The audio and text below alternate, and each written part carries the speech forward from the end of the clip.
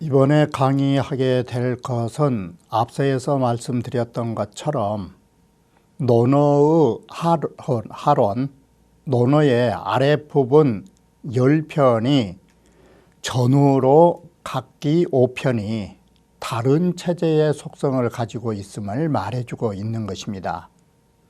이처럼 전 5편과 후 5편이 다르다라고 하는 점을 밝히고 있는 것은 곧 그 다르게 된 연유가 편찬자가 달랐음을 말해주는 것입니다. 이 때문에 그 논어에 담겨 있는 체제의 차이점을 통해서 편찬자의 차이점을 밝혀내려는 데 그 목적을 두고 있는 것입니다. 그러면 다시 강의 자료를 보면서 그 나머지 차이점 두 가지를 규명하고 이어서 논어 편찬에 관한 편저자를 규명하고자 하는 것입니다. 그러면 강의 자료를 통해서 말씀드리기로 하겠습니다. 이처럼 네 번째는 하론에 있어서 후 5편은 공자 당시의 역사적 사실과 다른 내용이 없지 않다라는 것입니다. 그것으로는 계시제 16의 계시장벌전유 할 때에 염유계로가 공자를 찾아 뵀다라고 하는 이 사건과 양화제 17에 가면 필일이 모반을 하고서 공자를 불렀을 때 공자가 그를 찾아가려고 했다라는 역사가 바로 허구라는 예라고 볼 수 있는 것입니다. 근대의 청대 마렵의 양계초는 고서진의와 그 연대라는 제7장에 의하면 역사적 사실로 고증해 보면 공자 말년에 염구는 계시의 가신이 되었을 적에 자로는 위나라에 벼슬하였기 때문에 계시의 일로 공자를 함께 뵌 적이 없다라는 점입니다.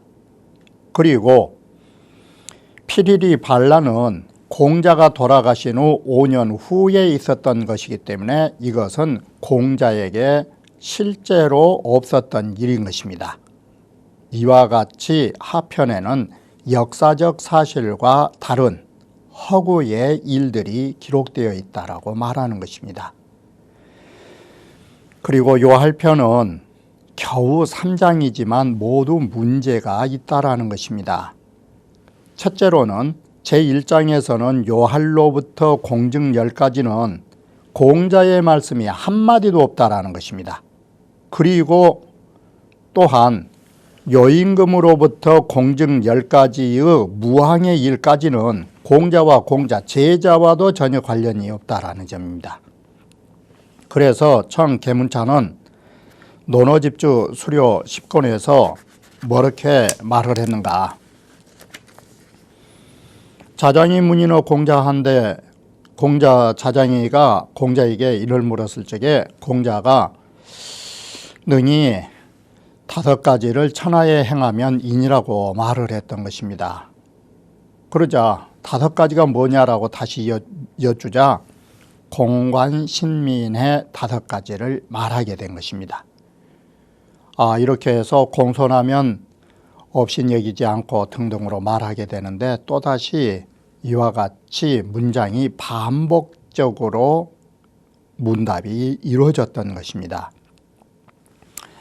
이처럼 똑같다라는 면에서 보면 이를 합리적으로 편집할 경우에는 바로 자장에 들어가 있든지 아니면 요할제 20에다 넣든지 같은 속성이기 때문에 한 부분으로 묶어야 했다라는 점입니다.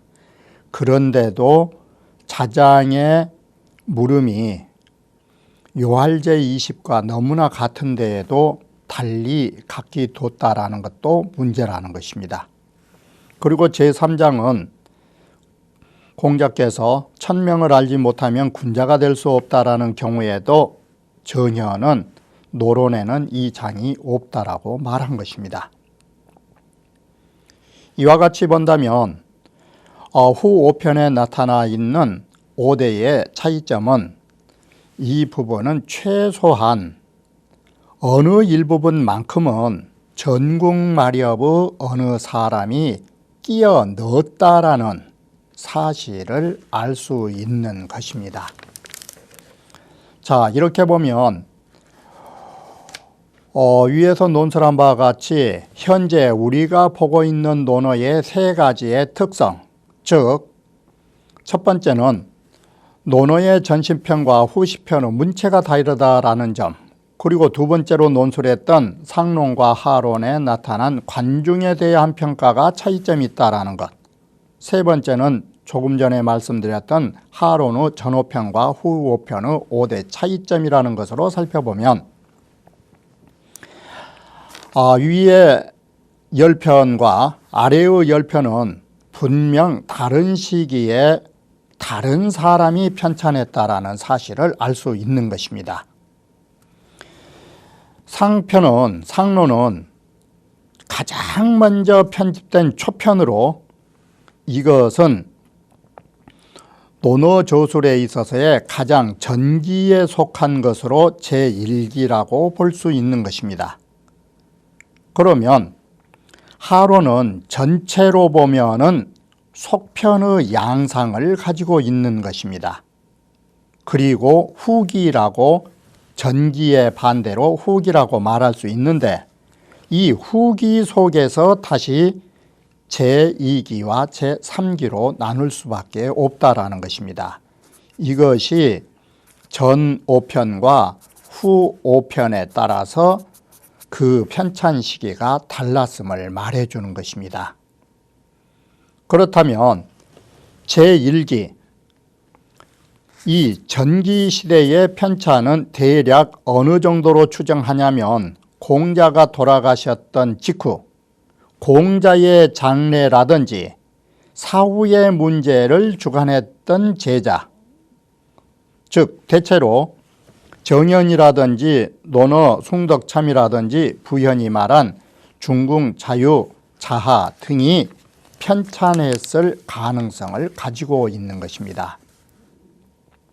그리고 제2기의 속편에 속하는 선진제 11로부터 15까지 위령공 15까지의 속편은 대체로 증자의 사후에 또 그 일을 주관했던 제자들로 본다면 그것은 대체로 유종원이가 주장했고 정의천이가 그리고 영향이가 말한 증자, 유자, 자하 등의 문인이기 때문에 여기는 제전 제자들에 의해서 편성됐다라고 보는 것입니다.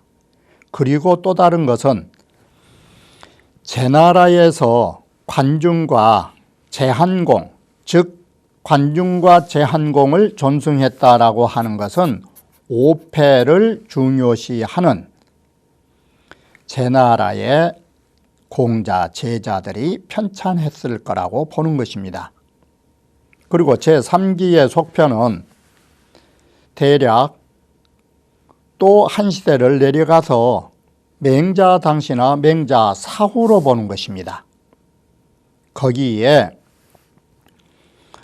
이 논어의 첨반 인물로는 그 누구라고 고정할 수는 없지만 환대의 전에 내려오는 제론과 그리고 곡부 공자 사당에서 나왔던 고론의 편수와 장수가 모두 노나라에서 편저된 논어에 비해서 많은 걸 보면 이 첨부했던 인물들은 제나라에서 노나라에서 모두 존재했다는 것은 뭐 때문이냐? 바로 제론이라는 것은 제나라에서 만들어졌고 고론이라는 것은 노나라에서 편찬된 것입니다. 이렇게 보면 논원 외에도 제론과 고론에다가 더 첨가를 했던 부분이 존재한 것입니다. 그런데 이 첨부 자료는 때에 따라서는 역사적 사실과의 진위가 불분명한 것입니다. 따라서 역사적 사실과 서로 다른 부분이 없지 않다라고 본 것입니다. 자, 그렇다면 이제는 본격적으로 논어의 편찬 과정이 어떻게 제3기에 의해서 이루어졌는가? 제1기의 초편의 경우에는 그 동기와 목적을 다음과 같이 적고 있는 것입니다. 애공 16년에 철인이 기위하시니라고 해서 여기에서 말한 철인이란 공자를 말하는 것입니다. 그리고 시들었다라는 것은 공자께서 세상을 떠나신 것입니다. 이처럼 애공 16년에 공자는 돌아가시게 되는 것입니다. 그런데 저배지 이후에 공자께서 돌아가신 이후에 과극파주라 해서 세월은 덧없이 머물지 않고 떠나갔다라는 말을 뭘로 썼느냐? 마치 천리마가 틈새를 지내가는 것처럼 세월은 머물지 않고 하염없이 흘러갔다라는 것입니다. 공자가 돌아가신 이후 덧없는 세월이 흘러감으로써 문인들은 어떠한 심정에 처하게 됐는가? 문인들은 통대산장애하고 마치 여기에 태자지만 태자 뜻으로 해서 태산이 길이길이 무너진 것을 내통히 여기시고 양목영체하여 대들보가 길이길이 끊어진 것을 슬피 여겼다라고 해서 공자를 태산과 대들보에 비유한 것입니다. 공자 돌아가신 것을 내통히 여겨서 은괴는 비석이요 의자에 의지하고 앉았던 그 제자들은 옛날 모습이 아니었고 이색 행루라 모두 다 헤어져서 이산해서 헤어지고 더 흩어져서 눈물을 흐르고 살았다라는 것입니다. 이렇게 해서 미연 1절의 경행막사라 공자님의 그 깊으신 말씀이 한번 돌아가심으로써 다시 듣지 못하게 됨으로 해서 공자와 같으신 큰 이러한 위대한 행적을 기록할 수 없게 된 것입니다. 그래서 어시에 이러한 점을 토대로 해서 제자들이 첨진왕훈할세 모두 다 지난날 공자에게 들었던 가르침을 진술하여 각기 구문하여 수많은 제자들이 제각기 예전에 공자로부터 들었던 것들을 기록해서 찬이 차서하여 바로 편찬하여 이 논어라고 하는 책을 만들어서 성이 실록하니 논어가 완성됨으로 해서 그 논어는 어떤 가치를 갖게 되는가? 공자의 실록이라고 표현했던 것입니다. 그러니 이와 같이 논어라 하는 것은 어떤 목적이 되어 있던가? 위로는 상이 존왕성사요 위로는 성스러운 공자를 높이 우러러 보는 마음에서 출발한 것이고 아래로는 만대 이후에 공자의 법을 전하려는 마음에서 논어는 편찬되었다라고 합니다. 이와 같이 양간의 논어 집회 의소의 이 내용을 분석하여 보면 제1기의 초편의 동기와 목적 그리고 그 편찬 당시의 문인들의 마음이 어떠했는가 어떤 편찬의 과정을 거쳤는가가 명확한 것입니다. 위로는 공자를 존숭하려고 하는 마음과 아래로는 만대의 가르침을 전하려고 했던 것이 바로 논어를 편찬한 동기이자 그 목적이라고 하는 것입니다. 공자를 사모하는 마음이 동기가 되어서 아래로는 공자를 가르침을 만대에 전하려는 목적을 가지고 논어는 편찬된 것입니다. 논어를 편찬할 때에 문인들의 마음은 태산이 무너지는 것을 애통히 여기고 대들보가 길이 끊어진 것을 슬피 여겨서 바로 했던 이 부분은 논어를 처음 편집할 때 문인들의 심정을 그려놓은 것입니다. 그리고 모든 제자들이 다 지난날 들었던 가르침을 말하고 각기 예전에 공자로 들었던 것을 기록해서 편찬하여 이 책으로 만들어 완성함으로써 공자의 실록을 만들었다라고 하는 것은 편찬의 정황이 어떤 과정을 통해서 이루어졌는가를 말해주는 것입니다. 따라서 이 시기의 편찬자들은 앞서에서 언급한 것처럼 중궁, 자유, 자하 등 그들이 편찬한 부분은 오늘날 우리가 읽고 있는 상론 부분에 해당되는 것입니다. 이 상론을 분석하여 보면 앞에 9편 하기제 1로부터 자한까지는 공자와 초기 제자의 언행이 실린 것이 원칙이었던 것입니다. 그런데 논어 하기편만 보더라도 공자 말씀 다음에 곧 누가 있느냐? 유자가 있고 증자가 있습니다. 유자와 증자는 공자의 초기 제자가 아닌 것입니다. 유자와 증자는 분명 후기 제자의 언행인 것입니다. 이렇게 보면 상론의 초편에 언급될 수 없었을 것입니다. 그런데 왜 여기에 들어가게 되었는가? 여기에 관해서는 뒤의 해당 부분에서 언급할 것이지만 앞서 말씀드리면 논어를 편집하는 제 후기의 과정 속에서 유자와 증자의 제자 또는 유자를 존숭한 사람들이 공자의 바로 뒤에다 언급하여 그들의 존재를 부각시키는 입장에서 후대에 끼워 넣었다라고 본 것입니다. 아무튼 논어의 상편은 이처럼 초기 제자의 언행이 주로 이루어진다라는 사실입니다.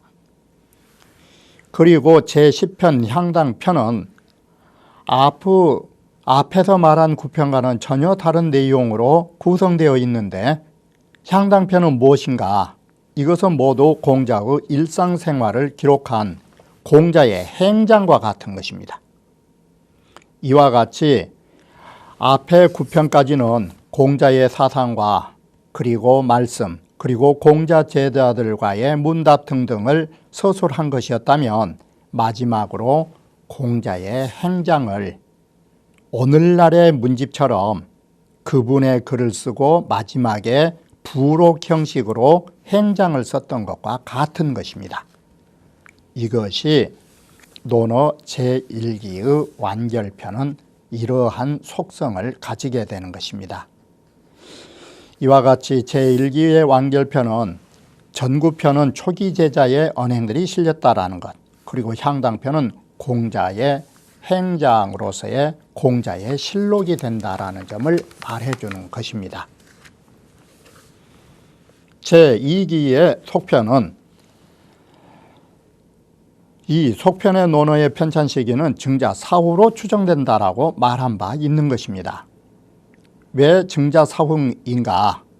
증자의 죽음에 관한 부분이 태백편에 기록되어 있는 것이고 논어의 공문제자 가운데에 유독 자자가 들어간 사람들은 증자, 유자, 민자, 염자 네 사람만이 자자로 쓰여 있습니다. 바로 이 자자로 썼다라는 것은 같은 동문끼리 같은 문화에 있는 사람끼리 바로 사형 사제간에는 선생이라고 선배를 존칭할 수가 없는 것입니다. 바로 자자를 썼다라는 것은 제전제자, 그들의 제자를 말하는 것입니다. 이 네 사람의 제자에 의해서 바로 자로 해서 그들을 존칭한 것입니다. 마치 증자가 공자를 자로 했던 것처럼 증자의 제자가 증자를 자로 존칭한 것입니다. 자, 이런 존칭사가 쓰였다라는 정황으로 보면 바로 이 시기에 편찬에 참여한 사람은 위에서 말한 네 사람의 문인일 가능성이 크다라고 보는 것입니다. 그런데 자로 존칭된 횟수가 다르다라는 것입니다. 증자의 경우에는 하기편으로부터 이 6편에 걸쳐서 14차례가 자자가 쓰이게 됩니다. 그런데 유자의 경우에는 하기편에서만 3차례가 나올 뿐인 것입니다. 그리고 민자의 경우에는 딱 1차례, 그리고 염자의 경우에는 딱 2차례가 나오게 되는 것입니다. 자, 같은 자라는 존칭사를 썼음에도 이와 같이 많이 불려지고 적게 불려졌다라고 하는 것은 무엇을 뜻하고 있는가? 이렇게 보면 위의 통계 자료로 보면 증자가 가장 많았고 그 다음은 유자인 것입니다. 이 시기의 속편은 바로 자자로 많이 불려졌다라는 것은 증자와 유자, 문인이 주된 편집자로 역할을 했다라는 걸 말해주는 것이고, 민자와 염자의 문인은 보조자의 역할을 했기 때문에 주편자의 선생이 자자가 더 많이 쓰였을 거라고 봤던 것입니다. 곧 앞서서 말씀드렸던 것처럼 자라고 하는 것은 선생이라는 뜻인데, 이 제전 제자들이 논어를 편찬할 때에 4가지 속성이 있는 것입니다. 그래서 이 시기의 속편에는 4가지 특징이 있는 것입니다. 그게 뭐냐면 첫 번째가 공문의 제자라는 것은 여기에서 본다면 증자라든지 유자가 공자의 말을 전술해서 자신들의 제자를 가르쳤다라는 것입니다. 바로 증자왈 오 문저 부자 혼이 나는 우리 선생님에게 들었으니, 바로 이러한 부분이 공자의 말을 전술해서 자기 제자들을 가르쳤다라는 것을 보여주는 것입니다. 증자왈 오 문저 부자 혼이 이와 같이 자기 선생에게 들은 것을 자기 제자에게 전술한 부분이 나타났다라는 점. 그리고 공자의 후기 제자들은 자신의 견해를 말한 바가 특별히 많다라는 것입니다. 자, 이것은 뭘 뜻하는가? 전기의 제자들은 자신의 견해를 말하지 않았다라는 것은 공자가 살아 계셨기 때문에 공자 생전에 자신의 견해를 피력한 바가 적다라는 것입니다. 그러나 후기 제자들은 공자가 돌아가신 이후에 자신의 견해를 밝힐 수밖에 없는 처지에 놓였음을 말해주는 것입니다.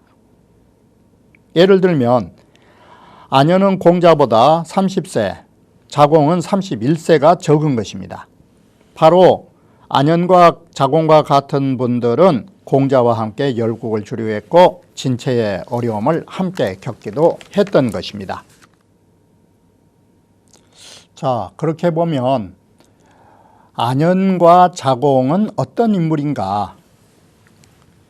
바로 안현과 자공 그들은 공자의 제자 가운데에서도 가장 총명하고 가장 걸출한 인물로 대변되는 것입니다. 이처럼 공자의 제자 중에 가장 훌륭한 제자, 고족, 이 훌륭한 제자들은 자신의 견해를 얼마든지 밝힐 수 있음에도 그것이 적다라는 것입니다. 이처럼 훌륭하지만 그러나 논어에 자신의 견해를 표명한 횟수는 안현은 겨우 1차례뿐이 없는 것입니다. 그리고 자공은 8차례지만 그 중에 5차례는 모두 공자를 찬양하는 내용인 것입니다. 자한해로부터 자장에 나온 부분들은 공자의 위대함을 찬양한 것이지 자신의 학술적 견해를 말한 적은 없는 것입니다. 안현의 견해를 밝힌 1차의 역시도 공자에 대한 칭송인 것입니다. 공자님께서 얼마나 위대한지 우러러보면 더욱 높고 뚫으면 뚫을수록 더욱 견고하다라는 것은 공자의 도가 이처럼 드넓으시고 자신을 잘 가르쳐줬다라고 하는 공자에 대한 찬탄으로 쓰여 있는 것입니다. 이런 훌륭한 제자도 공자를 찬탄한 말을 했지 후기 제자들처럼 자신의 견해를 밝힌 것이 없다라는 것입니다. 유자는 공자에 비해서 43세, 그리고 자하는 44세, 자유는 45세, 여기에 증자는 46세, 자장은 48세가 적은 것입니다.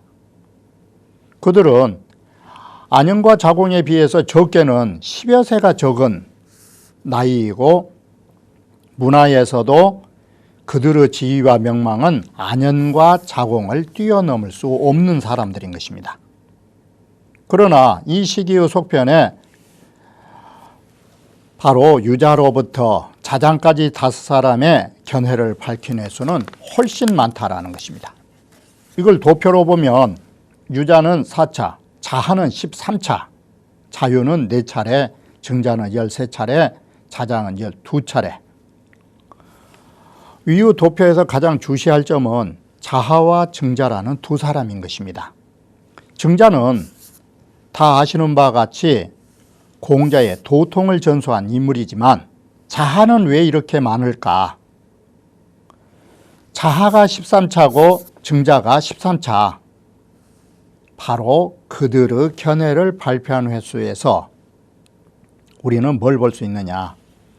자하는 서하지방에서 경전을 전수했던 가장 큰 대유로 손꼽히는 것입니다.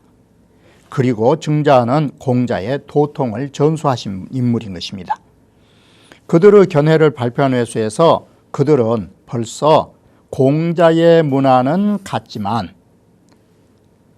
자하와 증자는 각기 다른 하나의 물줄기가 형성되어서 나아간 것을 찾아볼 수 있을 뿐 아니라 자하의 제자들이 증자의 제자만큼이나 성대했다라는 것을 볼 수 있다라고 하는 것입니다. 그리고 세 번째, 유자, 자하, 자유, 증자, 자장 5사람은 자신의 의견을 표명한 장수가 종합해보면 36장이 되는 것입니다. 이 36장이 나오는데 하론에서 25장을 차지하고 있고 하론에서도 가장 어디에 집중되어 있는가? 자장편에 19장이 집중되어 있는 것입니다. 그리고 그 뒤에 자공이 공자를 찬탄한 말로 배열하고 있는 것입니다. 이렇게 보면 자장편의 전체 26장은 모두 공자들의 제자의 말이고 공자를 찬탄하는 말이지 자장편에는 공자 말씀이 한 편도 없는 것입니다. 위의 하론의 전 5편과 후 5편의 차이점에 근거하여 보면 요할제 20은 후인이 덧붙여서 20편을 논어 20편으로 마련했다라는 점, 그리고 요할편은 공자 제자와 제전 제자가 편찬한 것이 아니라는 것입니다. 이로 보면 요할편 직전의 자장편은 제2세기의 편찬의 완결편이라고 본 이유가 뭐냐? 향당제 10에서 공자의 행장을 적어서 완결지었다면 하론에서는 자장편에서 모두 공자에 대한 찬탄과 그 제자들 말로 끝을 맺었다라고 하는 것입니다. 이래서 상론의 향당편에서 공자의 모든 생활사항을 기록하여 완결편으로 장식한 것과 같다라고 봤던 것입니다. 이와 같이 논어라 하는 것은 분명 세 단계로 구분되어 있다라는 것입니다. 현재 논어가 이처럼 세 가지로 구분된다라는 것은 편찬자가 세 시기로 구분된다라는 것을 말해주는 것입니다. 이러한 입장에서 우리는 논어를 보면서 전시편과 후시편이 그리고 후시편에서 또다시 전후로 어떻게 다른 속성을 가지고 있는가를 살펴보아야 할 것입니다. 그러면 다음 강좌에서 다시 말씀드리기로 하겠습니다.